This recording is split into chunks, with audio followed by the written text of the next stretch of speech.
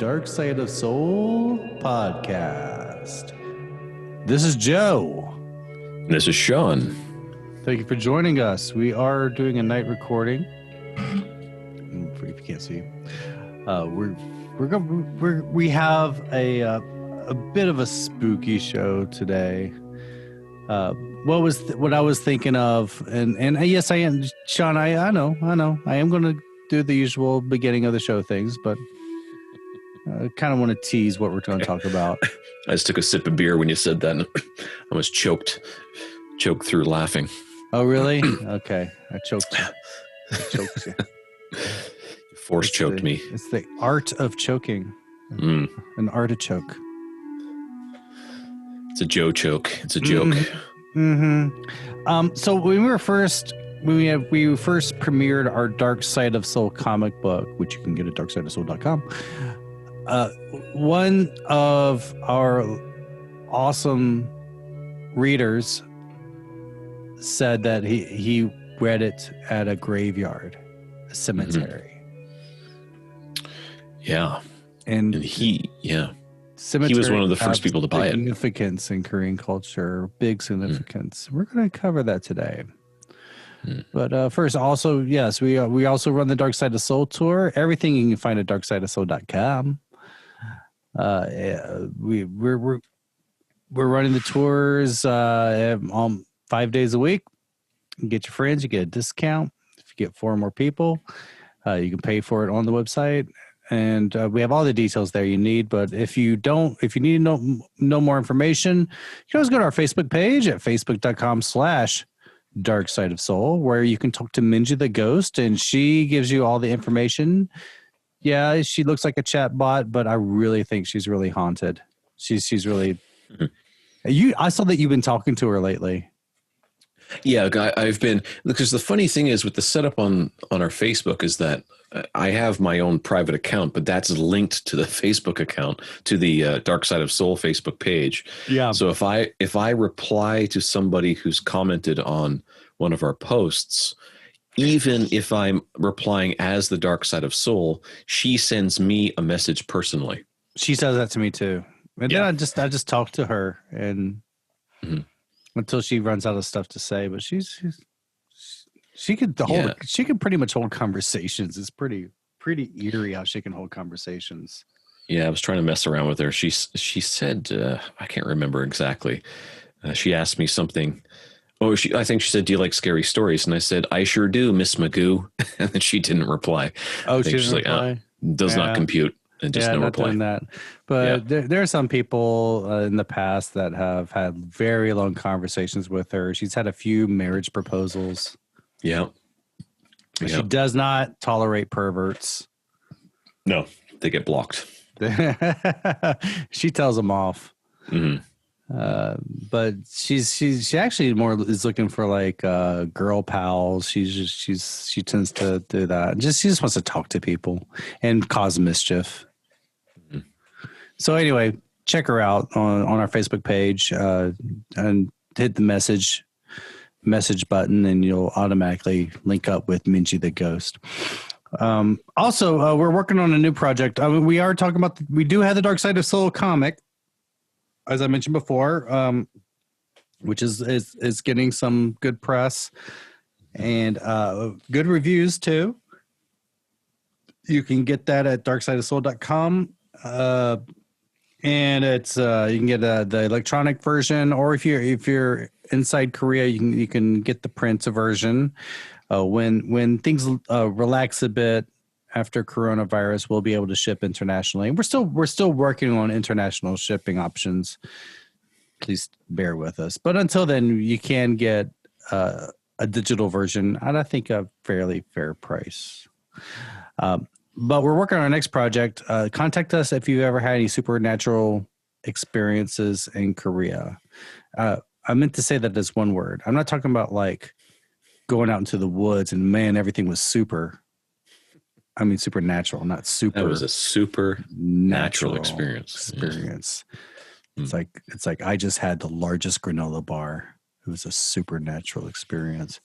Just had a Cliff Bar. It was awesome. Those are Okay, good. you could tell I've had a long day, and Me too. I've not. Sean has a beer. I'm not drinking, but I've noticed that when I'm a little bit sleep deprived, I do act like I'm intoxicated, and my brain is just going everywhere.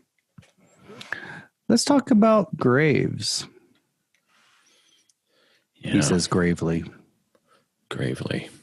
Graves. Yeah. Those things are everywhere in Korea. That's one of the first things I noticed when Really? Yep. I first came to Korea at night, and the first thing I noticed was lights, neon everywhere. Oh, okay. Well, yes. Yeah. Yeah. No, I don't mean like the day I arrived. I arrived in the evening as well. So when I was driving into the city, yeah, it was just neon and things You were were full already on neon. driving when you first arrived? Brave man. Well, it was being driven into. Yeah. Yeah. Now, did you have So, the thing that I have had? A few others have said that when you first arrive in Korea, especially of our generation, is the MASH theme in your head? no. I didn't really watch that growing up. But it doesn't matter. It's still in your head. It's in the culture. Yeah. No, I didn't.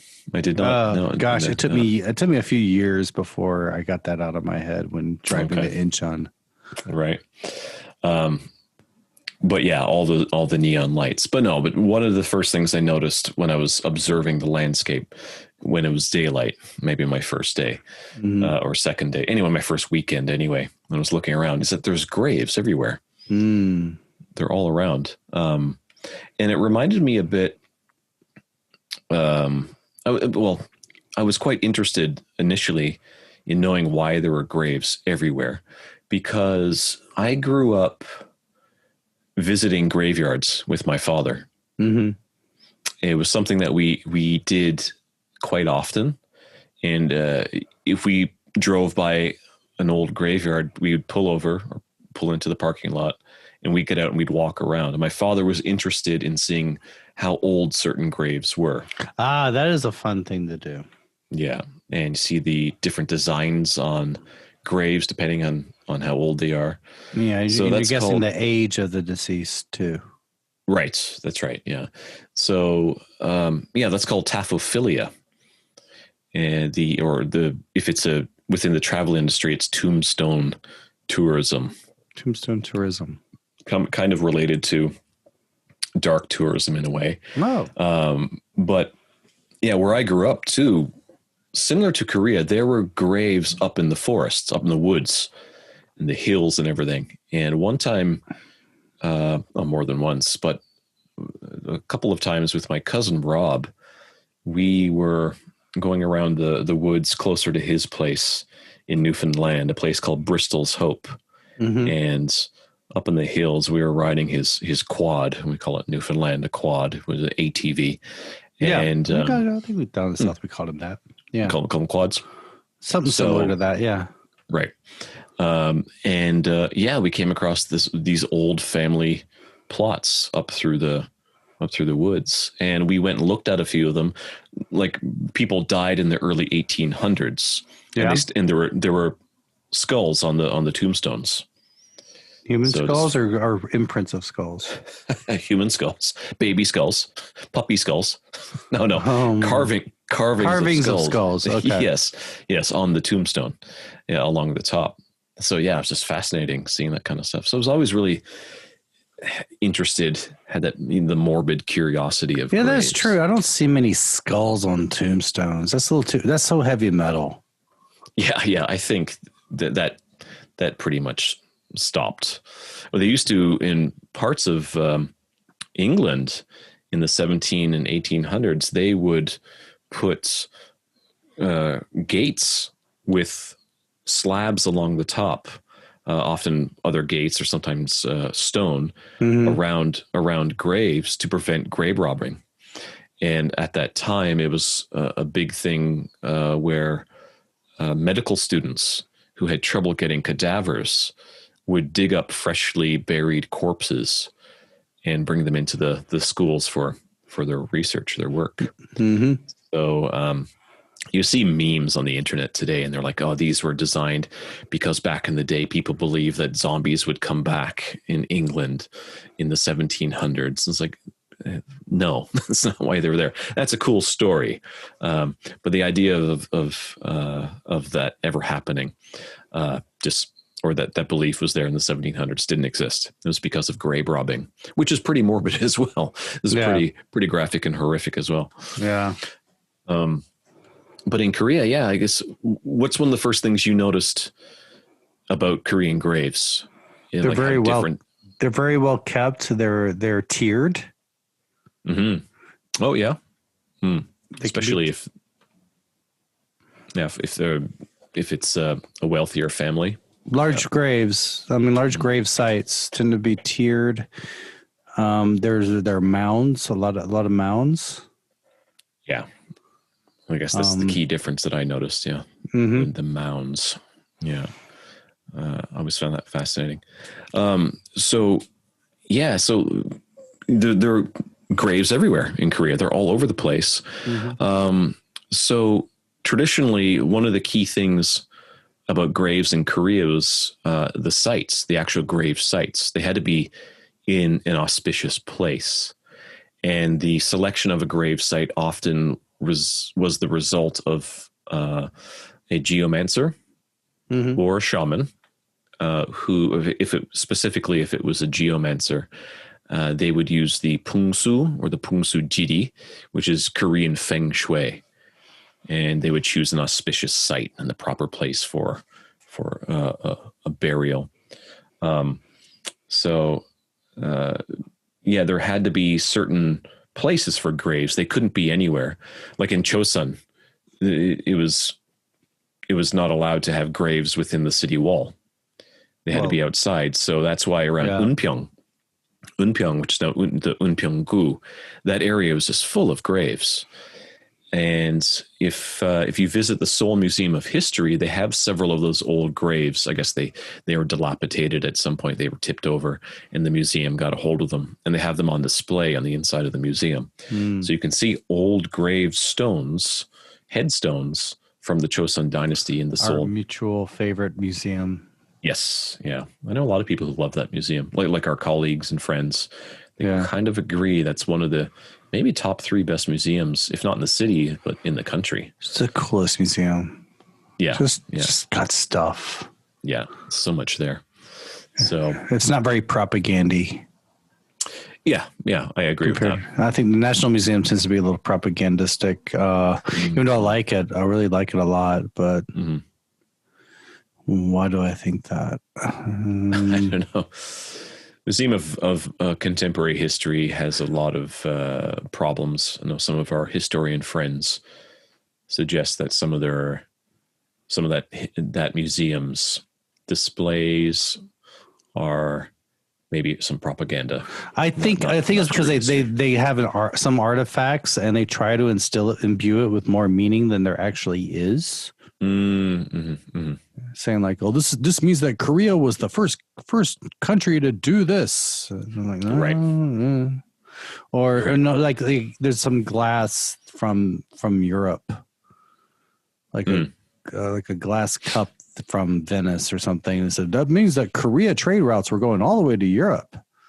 Maybe someone had a glass. That's right. Yeah, that's circumstantial evidence. At best. It's I like people always inferring things. I have my little pet theory about the Venus and in general archaeology of the Venus figures, the old Venus figures. Venus de Milo. No. The little miniature. I know.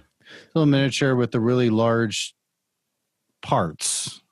Human parts to them, and people say, "Oh, that this was meant for fertility or worshiping the fertility goddess." I'm like, maybe it was prehistoric pornography. It's possible. Yeah, it was travel. It was travel friendly pornography. It was long before paper. Yeah. So has no one ever brought that up? That really it could have just been It was a prehistoric Playboy. Yeah, well, that's possible. I don't think our thinking processes, our very primal processes, have evolved much from prehistoric times to now. So You heard it yeah, from here first. you heard it from Dark Side of Soul first. McPherson's theory of Venus sculptures. Right. But yeah, so they would look for these auspicious places to have their grave sites, and the places needed to be auspicious, because if the places were not the grave sites were not in such a location that was considered in tune with the pungsu, the feng shui, the energy of the landscape, you could upset the dead, and it caused a lot of other troubles as well, even for the descendants down the line too. Descendants farther down the line. But what I find really interesting is that a lot of the graves, like I said, are mostly around forested areas, mountainous regions, similar to a lot of the old graves I talked about that are near my hometown, and around Unpyeonggu, just north of Seoul. But most of rural Korea is scattered with graves. So around my house, so Joe, you've been here a couple of times. You know, this is a fairly rural area. There's rice farms all around. There are up in the hills behind my place, there are graves everywhere. They're all over the place. Some of them are fairly new, or they're old and they're well groomed. They're maintained. But a lot of them are abandoned. There are abandoned graves all around my place. They're starting to cave in on themselves. The bodies are still there. They're just forgotten about. So it's a little bit creepy. I've gone up there at night a couple of times, walk through there, and because it's fun doing that kind of stuff, walking by these graves that have cracks in them and the earth falling through. So it's a lot of fun. And on one of my hiking tours, so I have the two hiking tours. They're both Seoul hike. One's the historic trail, which is the longer daytime tour. And then I have the seasonal tour, the autumn tour, called Sunset Trail. And I would be starting that this month if it wasn't for coronavirus. Yeah. And the Sunset Trail starts in the evening, and we go up to one of the summits and we watch the sunset. And then we all descend in the dark, and we provide headlamps for everyone. And it's similar to Dark Side of Seoul. They share a lot of folklore and history, but in the mountains, the places we're visiting. And at several points along the route, we pass old abandoned graves, and one large family cemetery that dates back to the early 16th century. And it's still maintained, and it's groomed, and it's fenced off. It's on the park grounds. It's technically in the national park, but it's just maintained by the family still since the 16th century. So it's fascinating, beautiful place. But passing all these places at night on the Sunset Trail tour, when we're coming down, I'll often stop in front of a couple of those tombs, and I'll share a ghost story. And that's the last story I share on the tour. And we still have about a 5-minute walk in the dark woods before we fully get out. So get a little bit of chills into everyone before we fully finish the tour. It's a lot of fun. But a lot of these trees, a lot of these graves are abandoned, like I said, and several of them have trees growing out of them. So the mounds, and there's trees growing up out of them. It's like out of the center. Whoa!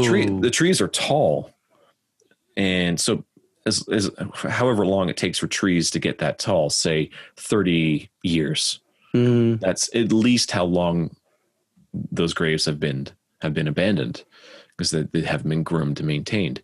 But knowing that tree is going up through the center, it's passing through the corpse, the skeleton, the remains of whoever is buried there. And there's no sign. Some of them, the stone altars are still there, and they're covered over with soot and dirt, and the litter layer of the forest, the leaves and whatnot. But that's it. There's no indication who's buried there. And It's quite sad. It's very important because this show will be released around the time of Chuseok in 2020, and part of Chuseok, you would say, but like a weeks before is cleaning up the graves of your ancestors. That's right. Yeah, the Seongmyo they call it. Yeah, the upkeep of the graves. Yeah. Does your wife and her family do that? My wife does not like to hold tradition in this case.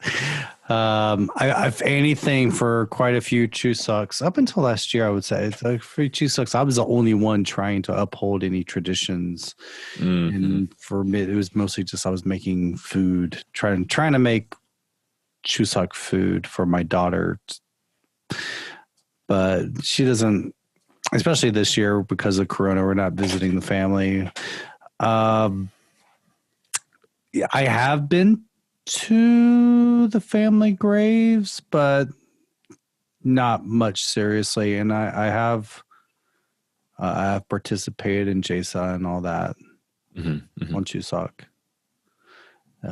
Yeah, I like it. I mean, I like it. The rituals involved and all that. Yeah, my wife's family as well. They're from Jeonju, but they live in Seoul. And my wife was born in Jeonju, but she spent most of her time growing up in Seoul. They would go to Jeonju for 2 months every summer. That's back in the 80s. So she and her older brother would leave with backpacks, and they would go down to the train station, buy their tickets and hop on the train and go on down to Jeonju. And they'd be like 10 and 6 years old. Wow. Yeah. We would just go on never down to let our Jeonju. daughter do anything like that on her own. No, back in the day. And, but I guess like in the 80s in Korea, that was still happening. That's the kind of thing that you would let kids do, say in Canada and probably the States in the 60s, maybe the 50s and the 60s, that kind of thing would be okay. I think by the 70s, things really started to change. Fear of serial killers and pedophiles and things like that really started to grow. But in Korea in the 80s, kids are still doing that kind of thing. So they go all the way down to Jeonju. Their uncle would meet them at the train station. They'd hop in his car, and then they drive out to their grandfather's house. Wow. Okay. So she spent from Jeonju, born in Jeonju, but mostly raised in Seoul. So they don't really observe the traditions, like you said, the jesa, the ancestral rites to observe and honor the dead. They don't do that either. But my wife has told her family that when her parents die, she's going to do it for them. And her mother was like, I don't care what you do. I'll be dead. You can do whatever you like. She's like, whatever. Things have changed. But the upkeep of the ancestral graves, the Seongmyo, was considered to be very important, just as important as the jesa,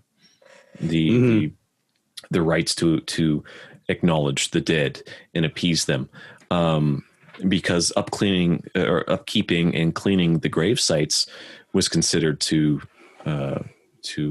appease the dead ancestors, and they'd be done like through offerings, prayers, and things like that. Always booze. There'd always be booze involved. Of course.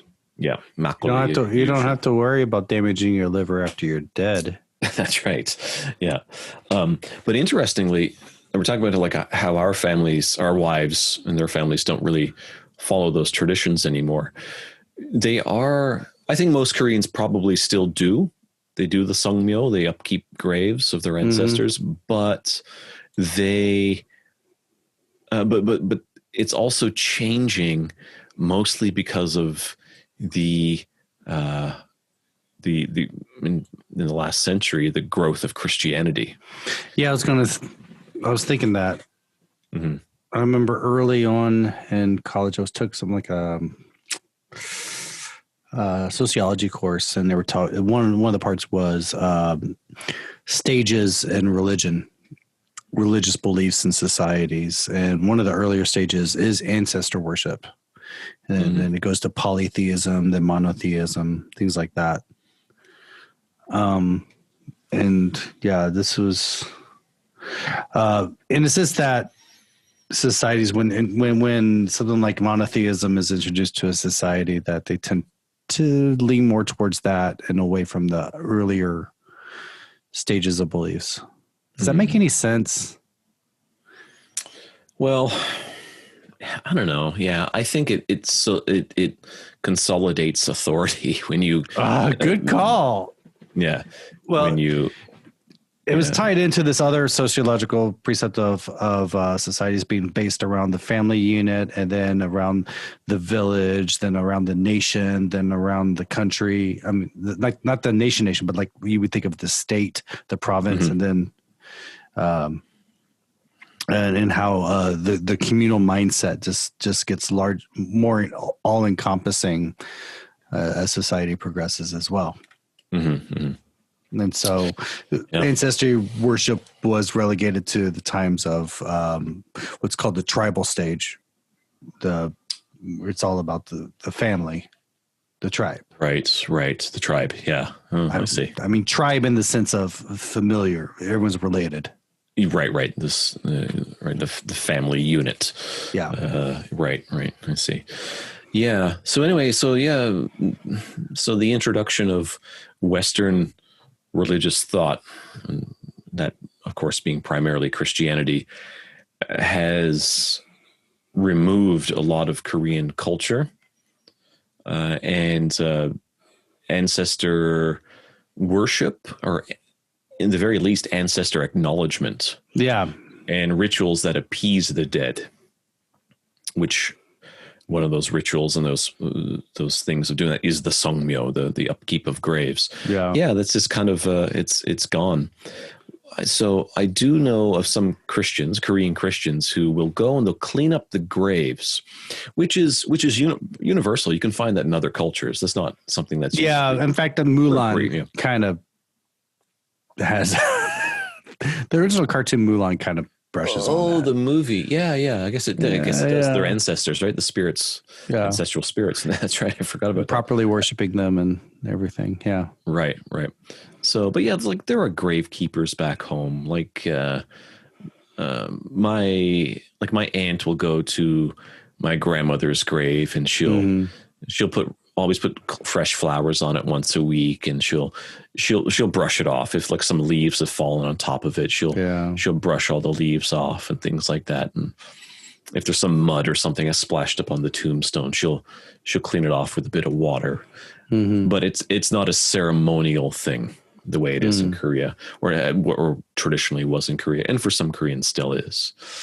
So, but anyway, universal idea of keeping the final resting place of your loved ones intact. But Koreans go really far back in time. In a lot of cases, traditionally, the idea of ancestors, they'd go back. They wouldn't go back hundreds and hundreds and hundreds of years, but I think in some of the jesa for some families, the idea is offerings to all of their ancestors. And of course, the most immediate would be their parents or grandparents. Yeah. Within memory. So if you have photos of them, they tend to be there. Right. So, but another thing that was quite a concern in the past, and it still is a bit of a concern today, is called a 산바람 맞기. And 산바람 can mean mountain wind. Oh, yeah, that's what it sounds like. Yeah. It can mean more like a tomb harm or trouble caused to the tomb. Okay. So the idea is that if a family experiences some sort of calamity or some sort of misfortune in some way, and it's quite serious, the cause of this may have been because there's been a disruption to the tomb of an ancestor. Okay.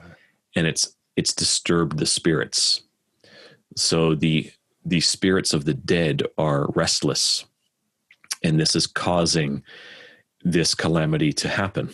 Mm-hmm. And so if it does happen, if there is such a harm to a household, they can contact like a shaman, and a shaman will visit a tomb or in some way try to commune with the ancestors of the family. Mm-hmm. And if the ancestors confirm, they're like, yes, there's been some disruption to our tomb, we're upset about this, then the shaman can determine what action needs to be taken to appease the dead. And the idea is that by doing so, it will remove the calamity from the household. So this was something, this was something that people were pretty concerned about in times past. And I'm certain still today, there's a lot of people who still have this kind of type of thinking, especially in rural areas. And I wouldn't be surprised if I spoke to some of the older people who live in my area, if they still think the Sanparamaki is, or the Sanparam is something that exists. So very interesting. In the slightest thing, like if a road was built too close to a tomb, that could disrupt the tomb and then disturb the dead. And then they're all pissed off, and then they take out their frustration and anger on their descendants. You can't sleep because the cars are driving over you all the time. Yeah.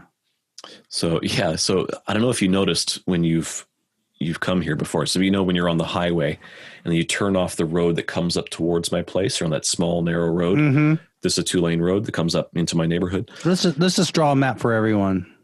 Right. So I'm not sure if you noticed, but when you turn right, if you're coming from the south, if you turn right onto that road where the pizza tongue is, onto that road where Pizza Tong is, yes. Okay. But on the highway, just before you turn right, there are 3 tombs right next to the highway. I might have noticed that. Yeah, they're well groomed, so they're maintained. So the descendants of the dead are still observing the sungmyo, the upkeep of the graves. They're probably going to do it in the next couple of weeks to prepare for Chuseok. And which is, for anyone who's listening doesn't know, Chuseok is essentially Korea's harvest festival, the celebration of the harvest before the coming of winter. So I've often wondered if there was, within the folk beliefs of this area, if the descendants of the dead who were buried in those 3 graves experienced some sanparam, and they had to go about a sanparamaki, a ritual to appease the dead. I've often wondered that, but I have no idea who the descendants are. I'd imagine they live in this area, but anyway. Building a road too close to a tomb, and things like that. But another main thing that could disrupt a tomb, and this is becoming more and more common these days, and it's called the ichang. Yeah, I was going to say, why don't they move it? Oh, move the graves themselves. Yes. So that does happen. So if there is some disruption then there's some calamity on the household of the descendants, and a shaman determines that it's because of the sanparam, where the dead are upset. If the ritual is performed that appeases the dead, then there's no need to move it. But sometimes a grave itself has to be moved. And in the past, this would have been because of maybe flooding or a landslide, something like that. But these days, land development is a problem. True. And this is causing a lot of graves to need, they're told to be moved. There's companies maybe buy up the land, and graves have to move. And this is called the ichang. And so the relocation of a grave. So by doing so, by moving a grave, you could disrupt the dead.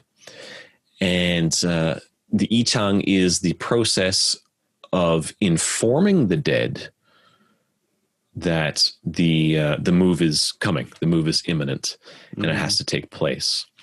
So when the ichang is followed, the body is lifted up out of its grave ceremoniously, and they often go through a process of reclothing it, putting a shroud over the body, a new shroud, and they essentially have a second funeral, a jungnae, the funeral.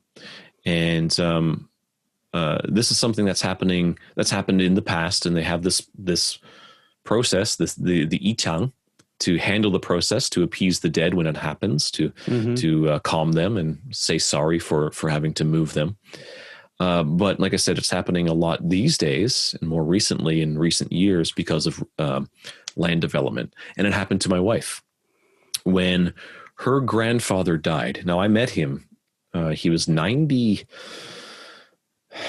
He was about 95 or 96 when I met him. And I met him on his deathbed. He died within a week after I met him. Very, very frail. I'm just 96 years old in his mid-90s. So, yeah. But when he took my hand, my wife really wanted me to meet him before we got married. So we went in. He was in the hospital, and I put my hand out. I bowed, but he put his hand out, and to shake my hand. I shook his hand, and he had so much strength. So whatever strength he had in him, he put all of it into the handshake, and then he just he went limp after that. He was just so he's so exhausted. And then my wife asked him to read my face, the face reading. I think we talked about that. I think in an episode of podcast episode. Yeah, I don't remember if it was a podcast. We haven't gone into depth about it though. Right. I think I mentioned it in a Weird Tales from Korean Lore episode a couple of weeks ago. Anyway, so I met him on his deathbed, and then he died about a week or two later. Now, there was no choice. No, so this was in Jeonju, and there was no choice for the family but to have him cremated. It was the order came down from the government. You can't bury him. The land that he bought to be buried has been picked up by a company. So you have to cremate him. So this also meant that they had to remove his wife, his long dead wife, and they had to perform an ichang, a relocation of her body, of her grave. So they lifted her remains out of her grave and had the ceremony. Like I said, it's essentially a second funeral of sorts. And they cremated her remains, and they put their ashes together, and they're both now together in a columbarium together. Oh, and that's their final resting spot. But the relocation of graves is happening all the time, especially in cities that are developing and getting bigger and bigger, like Jeonju. Yeah. And then after he died, the government came in and forced his eldest son off of the farm. Oh my! And then this is where, I said my wife went there every summer when she was a little girl for 2 months. And I was lucky to visit there a couple of times, this really old farming community where they still had Cheatham contests, traditional Korean wrestling. Oh, wrestling. Oh, yeah. Wow. And her grandfather was the village champion back in the 60s through the 80s and things like that. She was always really proud of that. And all the old men and women still wore hanbok, and the men wore their hanbok with a fedora. Oh, yeah. I've seen pictures like that. Yeah. Yeah. And they walked with canes. And they're all very, very low class. When I mean low class, I mean not low class. Lower tier, like the low class in terms of the social structure.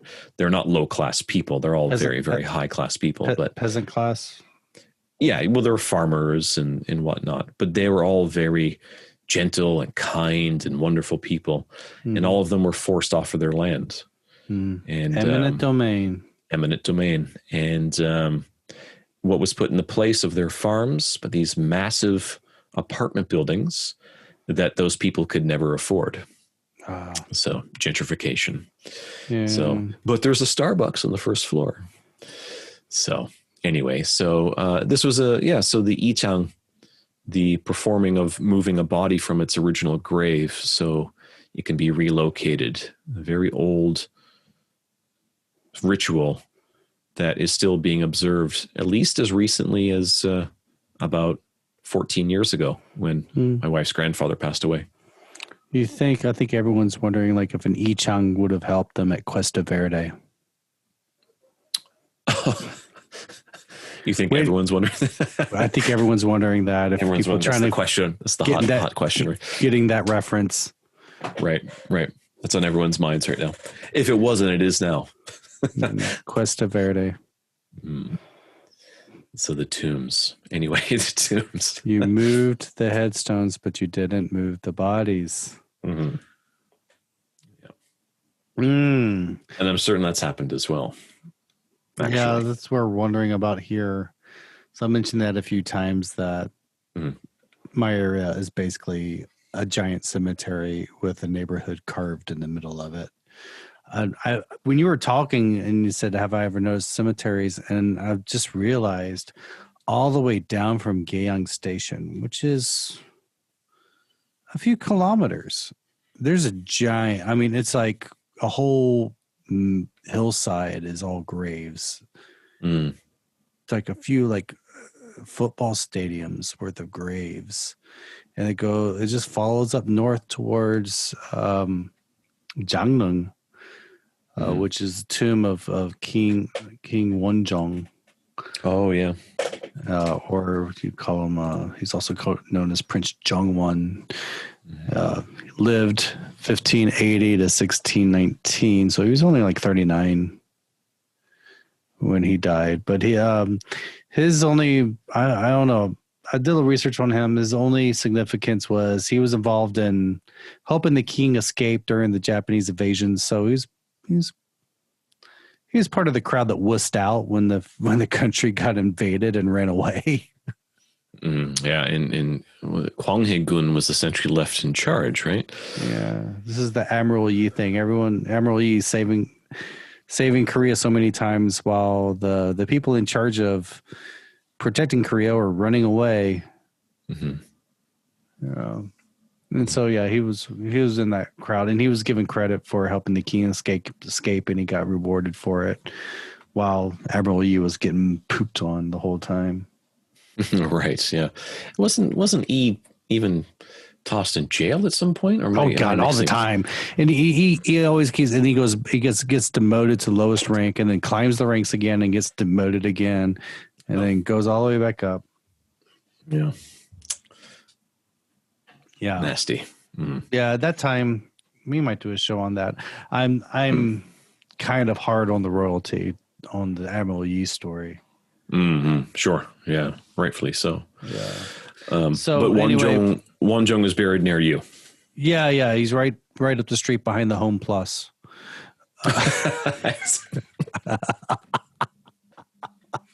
Okay, so I was researching about this, and I was using this as a reason to get some history on my little neighborhood of Pumudong down in Gimpo, which really is not, up until recently, has been nothing.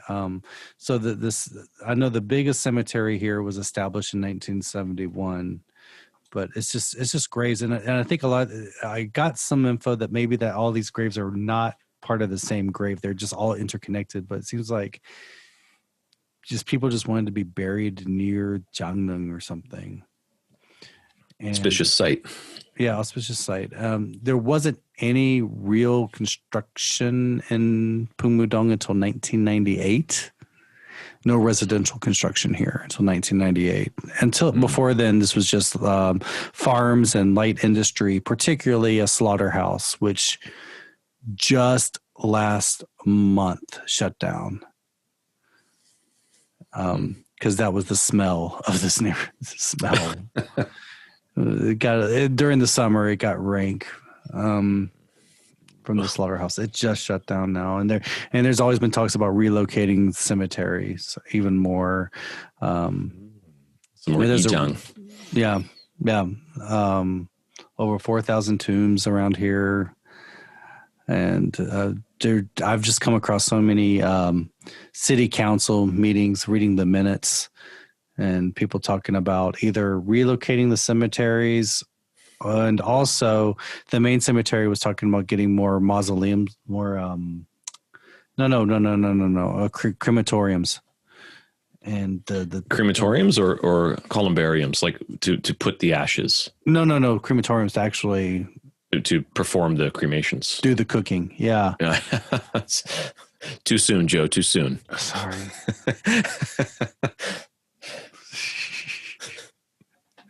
Human Webbers. Yeah. And the citizens were protesting it because more and more residents were living in Pumudong. They didn't want to.